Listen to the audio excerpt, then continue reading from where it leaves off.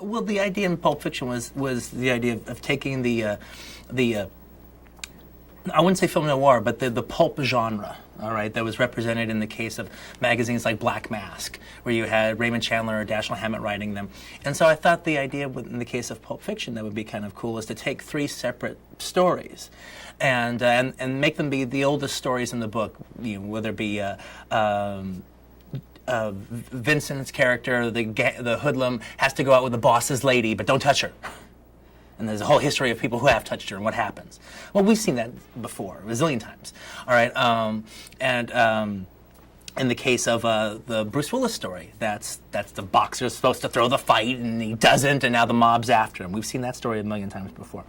And one of the things I thought about, like the third story, was basically kind of the beginning of at the time of almost every Joel Silver movie, which would start off with like a couple of hitmen showing up, boom, boom. All right, you want to witness something? Witness this. And they shoot the guy, and then it cuts to Arnold Schwarzenegger walking through the forest, and eventually he's going to meet those guys. And so I thought, well, what happens if we hung out with them all night long, all night long, all day long? All right, after they've killed the guy, what happens to the rest of their day?